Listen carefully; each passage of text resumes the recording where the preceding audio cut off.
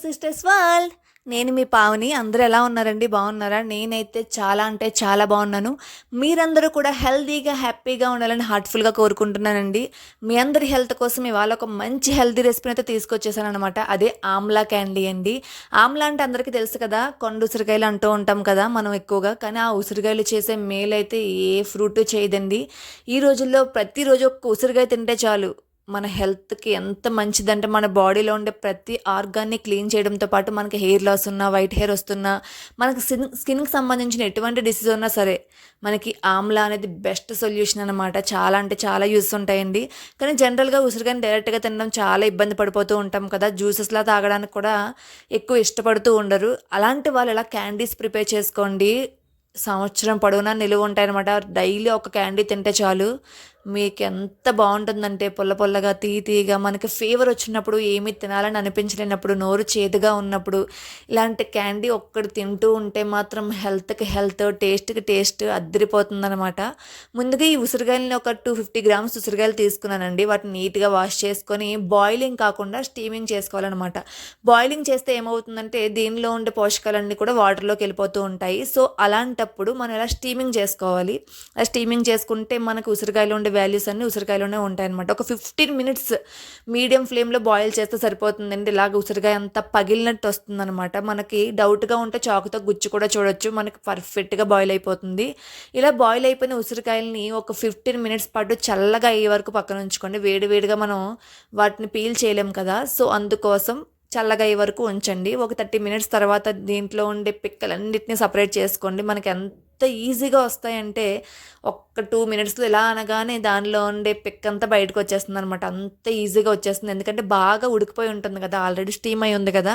So, మనం ఫాస్ట్‌గానే దాన్ని remove చేసేసుకోవచ్చు. సో, చూసారు కదా! పిక్కల్ని పైనుండే పల్ప్‌ని ఎలా చూసారు కదా! ఈ విధంగా పిక్కలన్నిటిని పల్ప్‌ని సెపరేట్ చేసుకున్న తర్వాత ఈ పల్ప్ అంతటిని కూడా మిక్సీ జార్‌లో వేసేసుకోండి. మిక్సీ జార్‌లో వేసుకొని ఫైన్ పేస్ట్ లాగా, అవసరమైతే కొద్ది కొద్దిగా వాటర్ యాడ్ చేసుకోండి. మరీ ఎక్కువ వాటర్ వేయొద్దు. మనకి గట్టి పేస్ట్ లాగా ప్రిపేర్ అవ్వాలన్నమాట. ఫైన్ పేస్ట్ లాగా ఎటువంటి ఉసిరికాయ ముక్కలు లేకుండా మంచి పేస్ట్‌లా ప్రిపేర్ చేసుకోండి. చూసారు కదా! ఈ విధంగా కన్సిస్టెన్సీ ఇలా ఉండాలి. మరీ పల్చగా ఉండకూడదు. అలాగని మరీ గట్టిగా ఉండకూడదు. నెమ్మదిగా గ్రైండ్ చేసుకుంటూ ఉండండి. అది గ్రైండ్ అయిన తర్వాత వేరే ప్యాన్ పెట్టుకొని అందులో ఒక టేబుల్ స్పూన్ ఘీ యాడ్ చేసుకోండి. ఘీ యాడ్ చేసుకున్న తర్వాత మన ఉసిరికాయ పేస్ట్ అంతటిని కూడా ప్యాన్‌లో వేసేసుకోండి. ఘీలో మంచిగా ఉడికితే చాలా బాగుంటుందన్నమాట మన ఉసిరికాయ పల్ప్ అనేది. పల్ప్ అంతటిని కూడా ఘీలో లో ఫ్లేమ్‌లో, చూసారా, హై ఫ్లేమ్‌లో మాత్రం అసలు పెట్టకూడదండి. మీడియం టు లో ఫ్లేమ్‌లో మాత్రమే దీన్ని ప్రిపేర్ చేసుకుంటూ ఉండాలి. హై ఫ్లేమ్‌లో పెడితే మనకి బాగా ఫాస్ట్‌గా దగ్గర పడిపోయి గట్టిగా అయిపోతుందనమాట. సో, మీడియం ఫ్లేమ్‌లో నెమ్మదిగా చేసుకుంటూ ఉండండి. చూసారు కదా! ఈ విధంగా నెమ్మదిగా కలుపుకుంటూ ఉండండి. సో, దీనికి నేను 250 గ్రామ్స్ ఉసిరికాయలు తీసుకున్నాను కదా! దీనికి ఈక్వల్‌గా 250 గ్రామ్స్ షుగర్ యాడ్ చేసుకోవాలి. షుగర్ అవాయిడ్ చేయాలనుకున్న వాళ్ళు బెల్లం కూడా యాడ్ చేసుకోవచ్చు. కానీ మనకి పర్ఫెక్ట్ మెజర్మెంట్‌లో పర్ఫెక్ట్‌గా రావాలంటే షుగర్ అయితేనే మనకి చూడడానికి కూడా చాలా బాగుంటుందండి.